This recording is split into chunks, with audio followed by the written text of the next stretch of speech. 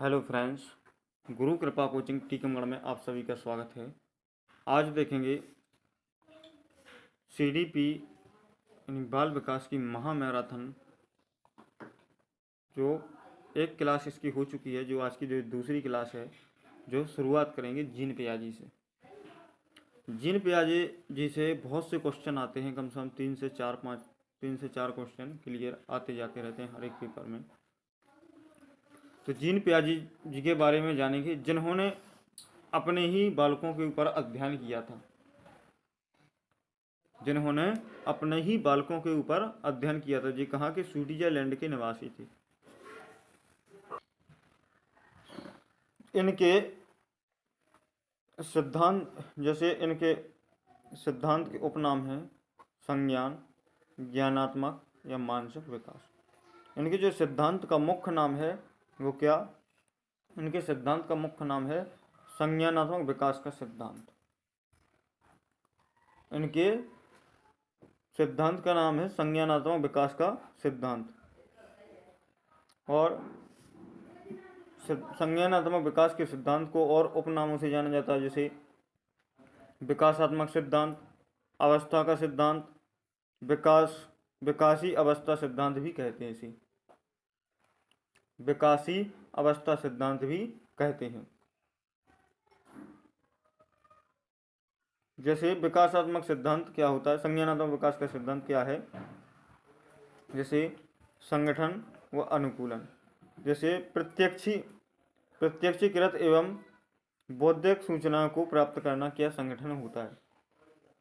मस्तिष्क में जो प्रत्यक्ष रूप से अपन जो देखते हैं, उन सूचनाओं को एकत्रित करना ही क्या संगठन कहलाता है।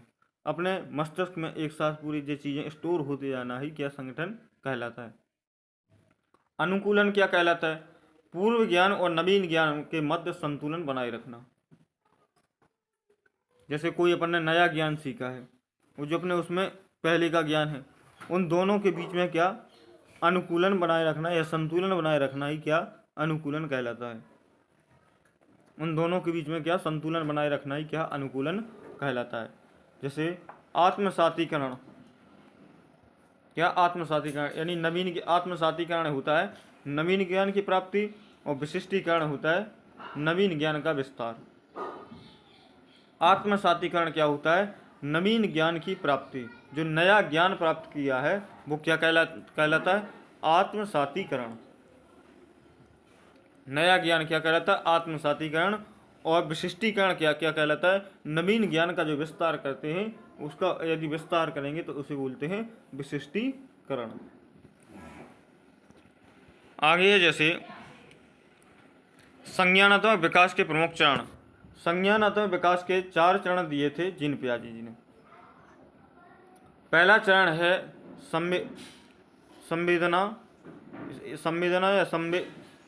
संवेदना गामक अवस्था। ये है जन्म से 2 वर्ष तक। कहाँ से? जन्म से 2 वर्ष तक इन्होंने माना है। उपनाम इसका है संवेदना, संवेदी समझ या गामक क्रिया। गामक क्रिया होते हैं जो शरीर के द्वारा की जाने वाली क्रिया होती हैं, उन्हें क्या बोलते हैं? गामक क्रिया कहते हैं। जो शरीर के द्वारा की जाने वाली क्रिया गामक क्रिया कहलाती है। जो शरीर के द्वारा की जाने वाली क्रिया है वो कौन सी? गामक क्रिया कहलाती है। जैसे संवेदनात्मक, ये क्या होती है? जन्मजात अर्जित क्रिया होती है। स्कीमा का अर्थ क्या होता है? जो शरीर, स्कीमा का अर्थ होता है शरीर द्वारा की जाने वाली क्रिया जो मस्तिष्क से जुड़ी होती है। स्कीमा होती है जो शरीर के द्वारा की जो क्रिया करते हैं वो कहाँ से? मस्तिष्क से जुड़ी होती है, उसे क्या स्कीमा कहते हैं। जैसे इस अवस्था की क्रिया, जैसे पकड़ना, खेलना, लिखना, ये कहाँ से? मस्तिष्क से जुड़ी रहती है। जैसे अपन कुछ भी लिखते हैं तो उसमें क्या सोचते हैं कि नहीं। जैसे दूसरी अवस्था है पूर्व संक्रियात्मक अवस्था। दूसरी अवस्था का नाम है पूर्व संक्रियात्मक अवस्था। यह है 2 से 7 वर्ष तक इस अवस्था, ये अवस्था होती है पूर्व संक्रियात्मक अवस्था चलती है 2 से 7 वर्ष तक। इसे अंतः प्रज्ञा काल भी कहते हैं, ये अंदर या संप्रत्यय ज्ञान भी कहते हैं। जो अंदर का जो ज्ञान होता है, जो संप्रत्यय ज्ञान का भंडार होता है, उसे अंतः प्रसव काल कहा जाता है। इस अवस्था में बालक पड़ोसी बच्चों के साथ खेलता है। जैसे 2 से 7 वर्ष की उम्र में बच्चा जो अपने आसपास के जो पड़ोसी के बच्चे होते हैं उनके साथ खेलना शुरू कर देता है। जैसे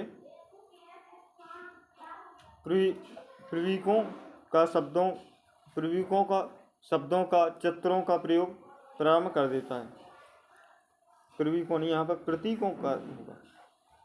जैसे शब्दों का व चित्रों का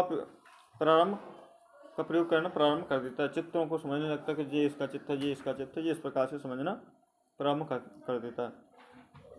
प्रतीकात्मक खेल खेलने लगता है। जो 2 से 7 वर्ष की आयु में 7 वर्ष की आयु तक के जो प्रतीकात्मक खेल खेलना प्रारंभ कर देता है। सही अनुपात का अंतर नहीं कर पाता, लेकिन अनुपात का अंतर नहीं कर पाता है कि कौन बड़ा है कौन छोटा है। इस अवस्था में बालक सही चित्र नहीं बना पाता है। 2 से 7 वर्ष की उम्र में बालक कभी सही चित्र नहीं बना पाता है। वियोगात्मकता के गुण भी पाए जाते हैं।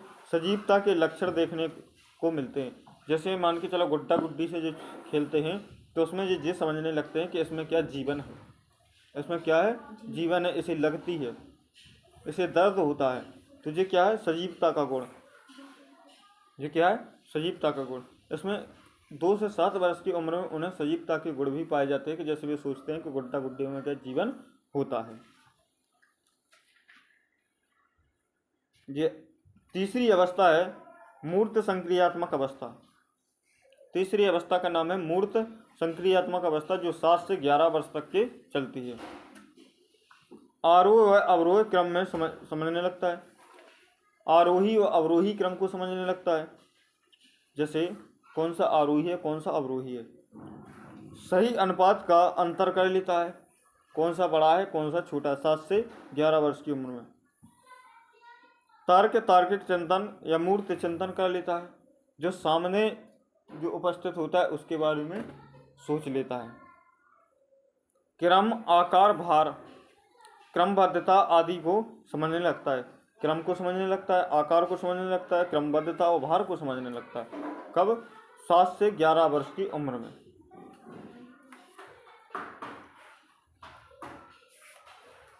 औपचारिक संक्रियात्मक अवस्था। औपचारिक संक्रियात्मक अवस्था होती है जो इसे अमूर्त संक्रियात्मक अवस्था के नाम से भी जाना जाता है। ये 11 से 15 वर्ष तक की चलती है। जैसे इसको उपनाम कौन से उपनाम से जाना जाता है। अमूर्त चिंतन भी कहते हैं, निर्णय शक्ति भी प्रबल हो जाती है, स्मरण शक्ति भी प्रबल हो जाती है और मनन अंकों का प्रयोग करने लगता है। अमूर्त चिंतन होता है कि जो अपने सामने जो आंखों के सामने जो वस्तु नहीं रखी है उसके बारे में भी सोचना, उसके बारे में भी सोच लेना।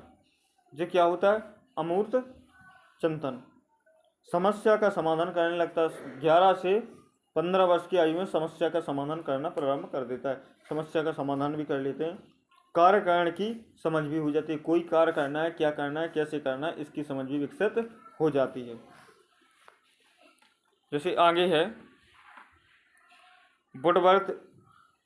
वुडवर्थ ली थॉर्नडाइक। अब है इसके बाद में थॉर्नडाइक का प्रयोग। थॉर्नडाइक ने 1874 से 1949 तक के अपने ये प्रयोग किया था। 1874 में इनका जन्म हुआ था और 1949 में इनकी मृत्यु हो गई थी। ये कहाँ के वैज्ञानिक थे? अमेरिका के वैज्ञानिक थे और व्यवहारवादी वैज्ञानिक थे। अमेरिका के मनोवैज्ञानिक थे और कौन से व्यवहारवादी मनोवैज्ञानिक थे। कोलंबिया विश्वविद्यालय अमेरिका में शिक्षा ग्रहण की थी इन्होंने। इनकी जो शिक्षा ग्रहण हुई थी कहाँ पर? कोलंबिया विश्वविद्यालय में इनकी शिक्षा ग्रहण की थी। पशु मनोविज्ञान के जनक इनको को तुलनात्मक मनोविज्ञान माना जाता है। इनको पशु मनोविज्ञान का जनक भी कहा जाता है क्योंकि थॉर्नडाइक ने ही सबसे पहले पशुओं पर अध्ययन किया था। शिक्षा मनोविज्ञान का जनक, इनको शिक्षा मनोविज्ञान का भी जनक कहा जाता है। और प्रथम शैक्षणिक मनोविज्ञान भी एडवर्ड ली थॉर्नडाइक ही है। प्रथम शैक्षणिक मनोविज्ञान भी एडवर्ड ली थॉर्नडाइक को ही कहा जाता है। मानव और पशुओं के व्यवहार का तुलनात्मक अध्ययन किया था इन्होंने, एडवर्ड ली थॉर्नडाइक ने। सीखने के 2 नियम बताए। सीखने के कितने? 2 नियम बताए। एडवर्ड ली थॉर्नडाइक ने सर्वप्रथम सीखने के प्रमुख, देखो 2 नियम बताए थे। एक तो बताए थे प्रमुख नियम और दूसरे आते गौण नियम। 3 प्रमुख नियम इन्होंने बताए थे और 5 कौन से? गौण नियम। प्रमुख नियम कितने हैं? 3 और गौण नियम कितने हैं? 5, जो मनोविज्ञान के नियमों और सिद्धांतों पर आधारित है। जो मनोविज्ञान के नियम और सिद्धांतों पर ही आधारित हैं। सीखने के नियम, सीखने के मुख्य नियम और सीखने के गौण नियम। सीखने के मुख्य नियम कौन कौन से थे? जैसे प्रभाव का नियम, तत्परता का नियम, अभ्यास का नियम। ये हैं सीखने के कौन से? मुख्य नियम। और सीखने के गौण नियम कौन कौन से थे? बहु अनुक्रिया का नियम, मनोवृत्ति का नियम, आंशिक क्रिया का नियम, समानता का नियम, सहचार तत्वों का नियम। ये कौन से हैं? जो गौण नियम के अंतर्गत आते हैं।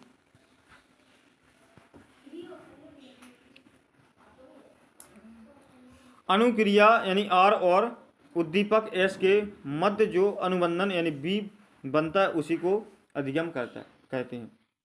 अनुक्रिया उद्दीपक के मध्य जो अनुबंधन बनता है उसी को क्या? अधिगम कहते हैं। अधिगम मतलब होता है सीखना, उसी को सीखना कहते हैं।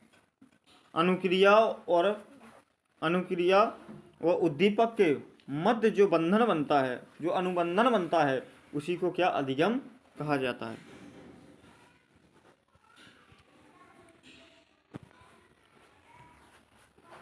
जैसे उद्दीपक क्या होता है? उद्दीपक होता है अर्थ यानी लक्ष्य। जैसे उद्दीपक जैसी अनुक्रिया होती है उसे क्या कहते हैं? उद्दीपक कहते हैं। अनुक्रिया उद्दीपक के प्रति की जाने वाली क्रिया ही क्या कहलाती है? अनुक्रिया कहलाती है। जैसे जो लक्ष्य के प्रति जो क्रिया करते हैं उसी को अनुक्रिया कहते हैं। जो अपना लक्ष्य होता है उस लक्ष्य के प्रति जो अनुक्रिया करते हैं, उसी जो क्रिया करते हैं उसी को अनुक्रिया कहा जाता है। जैसे अपना लक्ष्य है एमपीटेट, एमपीटेट के प्रति जो अपन पढ़ाई कर रहे हैं उसी को क्या कहेंगे? अनुक्रिया कहेंगे। क्या कहेंगे? अनुक्रिया। अनुबंधन, अनुक्रिया उद्दीपक के मध्य बनने वाला जो बंधन है, अच्छी मजबूत स्टडी कंप्लीट हो जाए तो उसी को क्या बोलेंगे? अनुबंधन कहा जाएगा। क्या कहा जाएगा? अनुबंधन कहा जाएगा। तो अनुबंधन हो गया यानी अनुबंधन हो गया तो समझ लो अधिगम भी हो गया। अनुबंधन नहीं हुआ तो अधिगम भी नहीं होता है। इन्होंने अपनी पहली पुस्तक का प्रतिपादन 1913 में किया था। पहली पुस्तक का प्रतिपादन 1913 में किया था। पुस्तक का नाम था एजुकेशन साइकोलॉजी यानी शिक्षा मनोविज्ञान। पुस्तक का नाम था इनकी एजुकेशन साइकोलॉजी यानी शिक्षा मनोविज्ञान, जो कब 1913 में लिखी गई थी। और सीखने के नियम में संशोधन 1930 में किया था इन्होंने। जैसे नोट में, जब प्राणी अनुक्रिया करके जब उद्दीपक प्राप्त कर लेता है उसी को अनुबंधन कहा जाता है, और जब अनुक्रिया के द्वारा उद्दीपक को प्राप्त नहीं कर पाता है तो अनुबंधन नहीं हो पाता है। तो अनुबंधन नहीं हो पाता है। जैसे आगे है प्रभाव के नियम। जैसे प्रभाव के नियम के उपनाम कौन कौन से हैं? इसे परिणाम का नियम भी कहते हैं, संतोष असंतोष का नियम भी कहते हैं, सुख प्रसन्नता दुख का नियम भी कहते हैं। जैसे प्रभाव का नियम,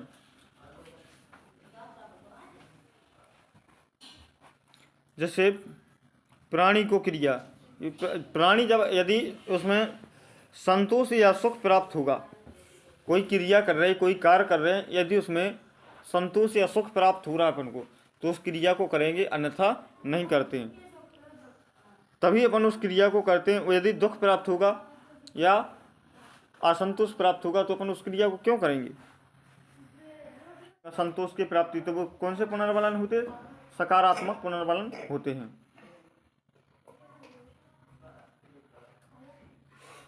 कौन से? सकारात्मक पुनर्बलन होते हैं।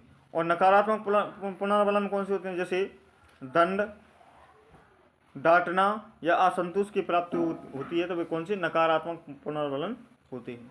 और जिनसे नकारात्मक पुनर्बलन मिलेगा वो उस पुनर्बलन को नहीं करते हैं लोग। या इसमें संशोधन कब? 1930 में किया गया था। 1930 में इसमें संशोधन किया गया था। जैसे सकारात्मक पुनर्बलन नहीं, उस नकारात्मक पुनर्बलन होता है। कभी कभी ऐसा होता है जैसे सकारात्मक पुनर्बलन जो दिया जाता है उसके द्वारा अच्छा परिणाम नहीं मिलता, और जो नकारात्मक पुनर्बलन दिया जाता है उसके द्वारा अच्छा परिणाम मिल जाता है।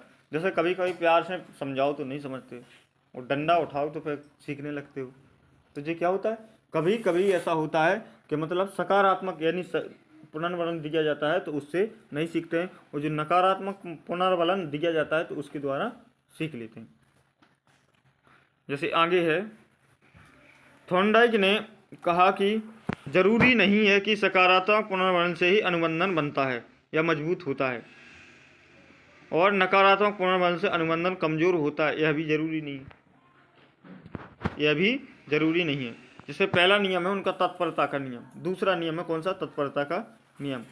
तत्परता का नियम को मानसिक तैयारी का नियम भी कहते हैं, प्रेरणा का नियम भी कहते हैं, और तैयारी का नियम भी कहते हैं। यदि व्यक्ति मानसिक या शारीरिक या तंत्र रूप से तैयार हो तो उसे अनुबंधन या मजबूत, अनुबंधन कैसा होता है? मजबूत होता है। किसी भी कार्य के लिए अपन या शारीरिक या मानसिक रूप से तैयार हैं तो उस काम में कैसा? अच्छा मन लगेगा। कैसा? अच्छा मन लगेगा। यदि व्यक्ति मानसिक, शारीरिक या तंत्र रूप से तैयार नहीं हो तो अनुबंधन कैसा होता है? कमजोर होता है। यदि अपन उसमें तैयार तत्पर हैं तो वह कार्य जल्दी हो जाएगा और अच्छा होगा, और यदि उसका शारीरिक या मानसिक रूप से किसी प्रकार से अपन तत्पर नहीं है तो कार्य कैसा? उसमें तैयार नहीं हो पाएगा। जैसे उदाहरण, 10 आदमी मिलकर एक घोड़े को तालाब तक ले जा सकते हैं। जैसे 10 आदमी मिलकर के एक घोड़े को तालाब तक के ले जा सकते हैं, और क्या वो 10 आदमी मिल करके उस घोड़े को पानी पिला सकेंगे? अगर उसको प्यास लगी होगी तभी तो पानी पिएगा, और प्यास नहीं लगी होगी तो कहाँ से पिएगा? तो जब तक किसी कार्य के लिए मानसिक रूप से तत्पर नहीं है, तैयार नहीं है, तब तक उसमें उस कार्य को नहीं कर सकते। जैसे तीसरा नियम है अभ्यास का नियम। अभ्यास के नियम को प्रयास का नियम भी कहते हैं। जब प्राणी की क्रिया दोहराने की नहीं होती है तो अनुबंधन कैसा होता है? कमजोर होता है। ऐसे ही जैसे मैथ के सवाल अपन ने लगाए, उसको बार बार अगर नहीं किए तो कैसे सवाल बनेंगे? क्या नहीं बनेंगे। और अगर अपन ने एक बार लगाने के बाद में उसको बार बार अभ्यास करेंगे तो अच्छी तरीके से बनने लगेगा। कोई किसी भी सब्जेक्ट को यदि अपन पढ़ने के बाद अभ्यास नहीं करेंगे तो वो अपने आप भूल जाएगा, और अगर अपन बार बार अभ्यास करेंगे तो आसानी से कंप्लीट हो जाएगा। तो यही क्या कहलाता है? अभ्यास का नियम।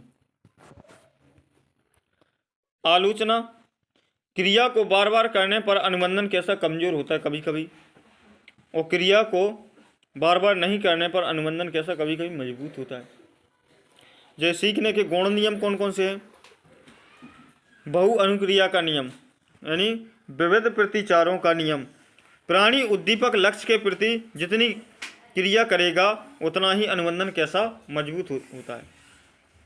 बहु अनुक्रिया का नियम यानी जितने से अधिक बार, जितनी बार उसके प्रति अनुक्रिया करेगा तो अनुबंधन उतना ही मजबूत होगा। मनोवृत्ति का नियम, इसके उपनाम हैं जैसे नजरिया, दृष्टिकोण, विचारधारा, जो क्या इसके मानसिक रूप से तत्पर, व्यवहारिक सकारात्मकता। मनोवृत्ति का अर्थ होता है या नजरिया, दृष्टिकोण, विचारधारा से मजबूत। जैसे आंशिक क्रिया का नियम, जैसे आंशिक क्रिया का डायरेक्टली समझ लो। जैसे कोई अध्याय अपन को पूरा कंप्लीट नहीं हुआ तो उसके छोटे छोटे भागों में उसको कंप्लीट कर लो, छोटे छोटे भागों में उसको कंप्लीट कर लो, फिर सीखो, वह कंप्लीट होता जाएगा, जो क्या कहलाता है आंशिक क्रिया का नियम। समानता का नियम, जैसे नवीन क्रिया सीखने के लिए पूर्व ज्ञान या अनुभव की सहायता लेना। जैसे समानता का नियम, जैसे अपन ने पहले सीखा है उसी प्रकार से करो। जैसे किसी प्रकार से सरलीकरण का एक सवाल अपन ने किया है तो उसी प्रकार से सरलीकरण का दूसरा सवाल करो, उसी प्रकार से तत्पर रहो, तो आगे की ओर बनेंगे कि नहीं। सहचार का नियम, संबंध परिवर्तन का नियम भी, जैसे इसमें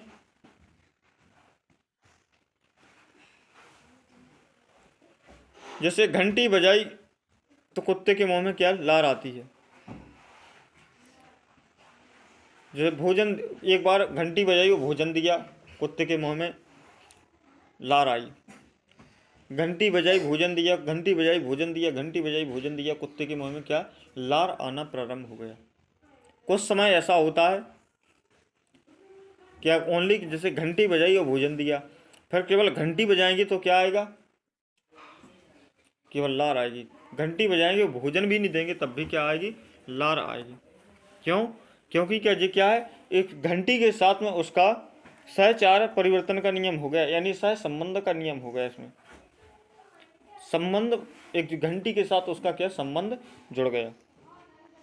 कम्युनियस ने 1928 में बालवाड़ी स्कूल ऑफ इन्फेंसी 1667 इसमें चित्रात्मक पुस्तकें लिखी थी। इसमें जैसे अगले है पेस्टोलॉजी।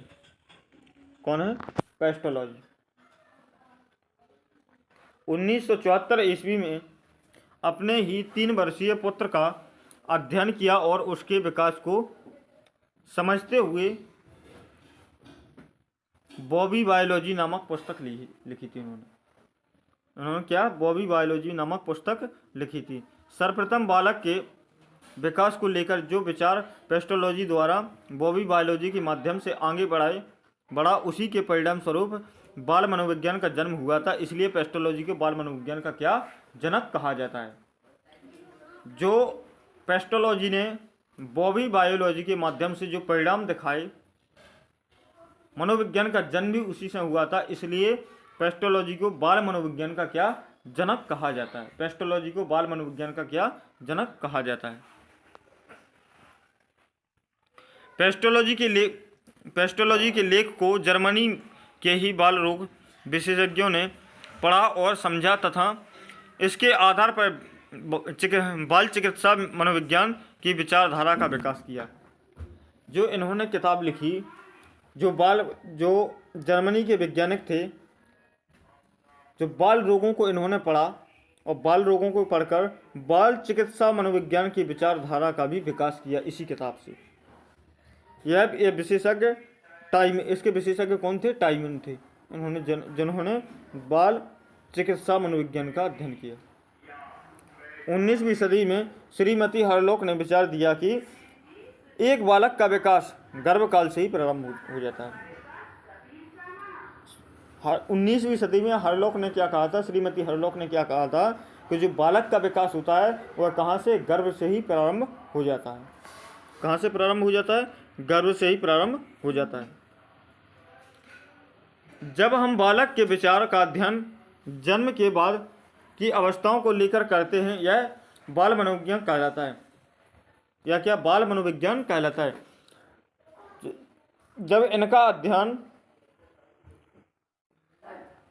जब हम इनका अध्ययन जन्म के बाद की अवस्थाओं को लेकर करते हैं, इनका अध्ययन जब जन्म लेने के बाद की अवस्थाओं का अध्ययन करते हैं तो उसी को क्या बाल विकास कहते हैं। क्या कहते हैं? बाल विकास कहते हैं। गर्भ अवस्था से अध्ययन की शुरुआत होती है। कहाँ से? गर्भ अवस्था से बालक के विकास के अध्ययन की शुरुआत होती है। जैसे बर्क ने क्या कहा था? जन्म पूर्व की अवस्थाओं से लेकर, यानी गर्भ अवस्था से लेकर परिपक्वता की अवस्था तक का अध्ययन ही बाल विकास होता है। यानी गर्भ अवस्था से लेकर या जन्म पूर्व अवस्थाओं से लेकर जो परिपक्व अवस्था है, यानी युवा अवस्था तक, जब तक मैच्योर ना हो जाए तब तक की अवस्थाओं को लेकर जो अध्ययन किया जाता है उसी को क्या बाल विकास कहा जाता है। जी किसने? बर्क ने कहा था। अब क्रो एंड क्रो ने क्या कहा था? क्रो एंड क्रो ने क्या कहा था? गर्भ अवस्था से लेकर जन्म के बाद की किशोर अवस्था तक का अध्ययन ही बाल विकास है। गर्भ अवस्था से लेकर किशोर अवस्था तक के जो अध्ययन किया जाता है उसी को क्या बाल विकास कहते हैं। जी किसने? क्रो एंड क्रो ने कहा था।